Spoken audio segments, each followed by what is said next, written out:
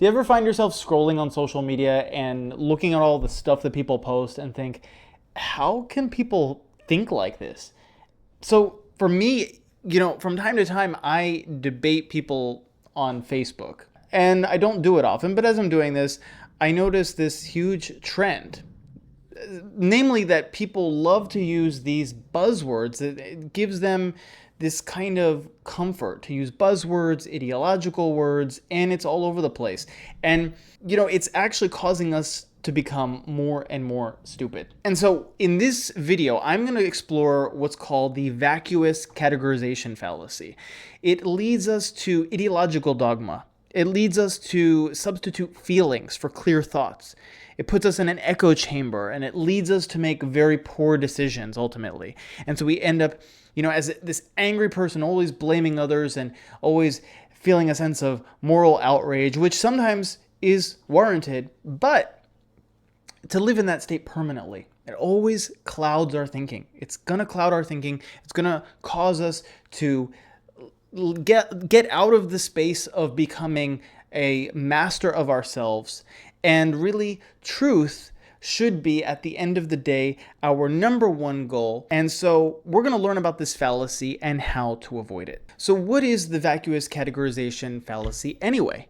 It's when the terms being used lack coherent meaning, or the terms we're using create a lack of clarity, making the statement devoid of real meaning. And of course, if you Google this, probably will not find anything about it, because it's not like I like to go around inventing terms, but after years in academia and all of that, and as a published author in academia, I've searched and searched, and I couldn't find a fallacy that's called this. So that's what led me to create this term.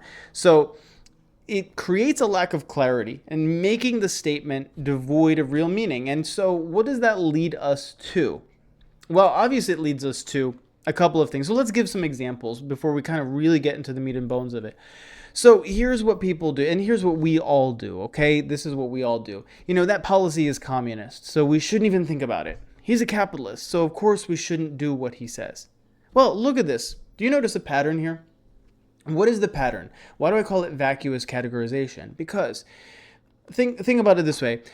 Yes, do these words, communism, capitalism, democracy, authoritarianism, do these words, and even lots of non-political words, do they have actual meaning in let's say a political science context, where you have these scales that are used in political science, and then you have a score on the scale of how much this fits that criteria, those criteria, and so on and so forth. Yes, there are actual definitions of these things, all right, and well put. But when we're in conversation with people, is it likely that most people are actually using these terms in those ways? Not likely. And so many times these words are used, a lot of these isms and a lot of these broad categories are used, but they obscure dialogue. They actually obscure it. And so what is even just what's the underlying meaning? It could be. We don't know what the underlying meaning is, but it's not that it's communist. It's not that it's capitalist, right? Translation, possible translations. Okay, that policy is scary, or I don't trust the people making that policy, right? Let's say for the communism position. He's a capitalist, so of course we shouldn't do what he says. Well, he's not trustworthy. But this is what I want to do. I'm actually, and we should all think this way. We should not be concerned with the ism that somebody talks about. Get behind that. When I'm in conversation with someone, I don't care so much about the ism, right? It really doesn't mean anything to me. And over time, as you talk to more people, you'll realize these kind of ideological buzzwords, these terms, don't really have actual meaning. We should be more interested in the specific technical policy or idea that they're against, case in point, or they're for or against, case in point. Let's say, if we do this specific policy, then prices will rise. Well, that's a measurable thing, right? That would be a measurable thing.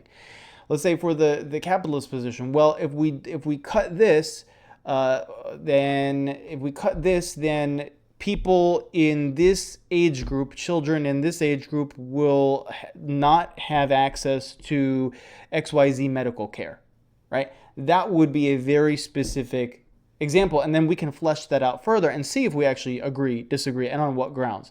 So that's the idea of the translations here. That's what I mean, and so we want to get underneath it. Let's talk about something that isn't so much political, all right? Because it's not always just political stuff. It's in all of our speech, pretty much. So that movie or music is tasteless garbage. And I don't want you to listen to tasteless garbage. How many times have we said this? And hey, I'm not against just being expressive sometimes. Like, of course, when I'm in conversation with my friends, like close friends, I'll just make remarks, right? We don't put much thought into it. We're just kind of expressing a feeling. But if we're having a serious conversation where we actually want to have productive discussion, is that really helpful? Tasteless garbage? What does tasteless garbage mean? Again, do we have a specific definition or parameters for that? Maybe the person does. But even in this situation where somebody is using communism, capitalism, authoritarianism, democracy, fascism, whatever that is, these terms, objectively, according to some set definition, even in those cases, if they're using them that way, it's still not relevant. I would say it's actually still not relevant to getting clear on a specific policy position that you're against, or in this case, a specific reason you're against certain music or certain art. So what specific brushstroke is it? What specific chord combination is it? What specific type of instrument and why? Like, can we be actually specific? All the other stuff, all these bigger categories, oftentimes just do not matter and obscure actual conversation, productive conversation. So what can we say then? How do we get underneath these terms when we're in conversation with people, when we're thinking on our own about what we're for, what we're against, what we think, what we don't think? Underlying all these, we should realize that most of the time, not all the time, but most of the time, it's either one of two things. It's one, a value judgment, right? The person's making a value judgment. Could be a moral claim. Could be, if it's artistic, like an aesthetic, beauty standards, whatever kind of claim. And that's all value related. Or we're making an empirical claim where we're saying, for instance, okay, for instance, let's say the price of things will rise. That's something I can objectively measure, right? I could actually evaluate that and see if that's true. People will use, if we have single payer system, people will abuse the healthcare system, and or if we have totally insurance system, people will not get the care they need. Well, okay, do we have evidence, right? So that's great. Now you get more specific. Do we have evidence? Well, that's an empirical claim. Separate them from the value claim, right? So there are two different possible claims. It could be a combination as well. So we want to be able to tease that apart. Our job is to find it. And so here's an example. ESOPs, which is employee stock ownership plans. So these are actually pretty fairly popular or increasingly popular plans where you may even be familiar with them, where employees can have stock ownership or more comprehensive stock ownership in a company that they work for. And so, and have actually a little bit more say in terms of the company policies and things like that. And so here's a great example. ESOPs are communist, so we shouldn't enact them. Well, so what does that even mean? Do you see how frustrating a statement like that is? And again, it's not that I take this position either. I don't want to give the false idea. I'm not putting myself in taking a position either way. I'm pointing out that if it were even, this thing is capitalist, right? It's still the same kind of obscuring language, right? So ESOPs are communist, so we shouldn't enact them. But what's the real reason? It's not that they're communist. What does that mean? Because It doesn't even mean anything. So one possible value claim, it could be a possible value claim. One, let's say as an example, ESOPs are unjust to the employer who works hard to run the business. So you may take the position. So that would be clarifying, right? If the person admitted that okay, so it's unfair to the business owner. All right, so you take that position. Good. So now we are clear, and now we can actually, do you see how we can further dig into further questions? Well, so why do you believe, how did you arrive at that position that it's unjust if, workers have employee stock ownership plans, and how is it unfair to the business owner? Can you be more specific? And for instance, it's not just you asking other people. Can you, if you have a belief, can you be more specific, right? Can I be more specific if I have some belief, right? Can I flesh it out for myself? So I'm actually thinking more clearly. Number two, here's an impossible empirical claim. ESOPs will raise prices on the company and make it harder to do business. Well, that's a little bit of an easier one then. So we can, in principle, it might be difficult because you might have to dig into actual research. You might have to look at actual research carefully. But in principle, it's easy to find an answer to that because I can actually I could run a study, or I could look at some other data that already exists, and I could do a statistical test on it and see. I could run a time series analysis or whatever I need, what's called dynamic or static modeling, right? So, here you could do all that. And so you see how this ESOPs are communist.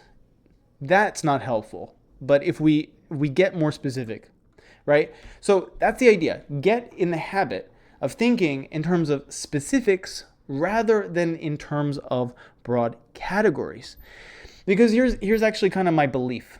My belief is that we often agree with each other more than we disagree. I actually believe that. I believe that if you get to the heart of a lot of conversations, we actually agree way more, give a percentage, maybe 90%, 80, 90% agreement on most things. But here's the thing. Because of the vacuous categorization fallacy, we might agree on everything, but we would never know. And so it's the problem, the core problem is the use of these broad terms. It causes that communication breakdown. And in fact, it's not just about communication breakdown. It starts with us. It starts with me. It starts with you. Evaluating when I'm using these terms, what exactly do I object to? It's not the ism. What exactly do I object to? Is it a value judgment I'm making? If so, what justification do I have for that value judgment? What actual justification do I have? If it's some empirical belief that I have about something that will happen as a result, cause and effect, what evidence do I have for that? If it's some emotion, I didn't even go into this a lot, but if it's some emotion that I feel, okay, why do I feel that emotion then? Right? Do you see how these are more clarifying questions, but a lot of us don't want to do the hard work of doing that and exploring that. So the question is, do you want to do the hard work? Do you want to do the hard work? And do I want to do the hard work? Do we all want to do that hard work? If so, I think we will make a much better world. So I will see you in the next video.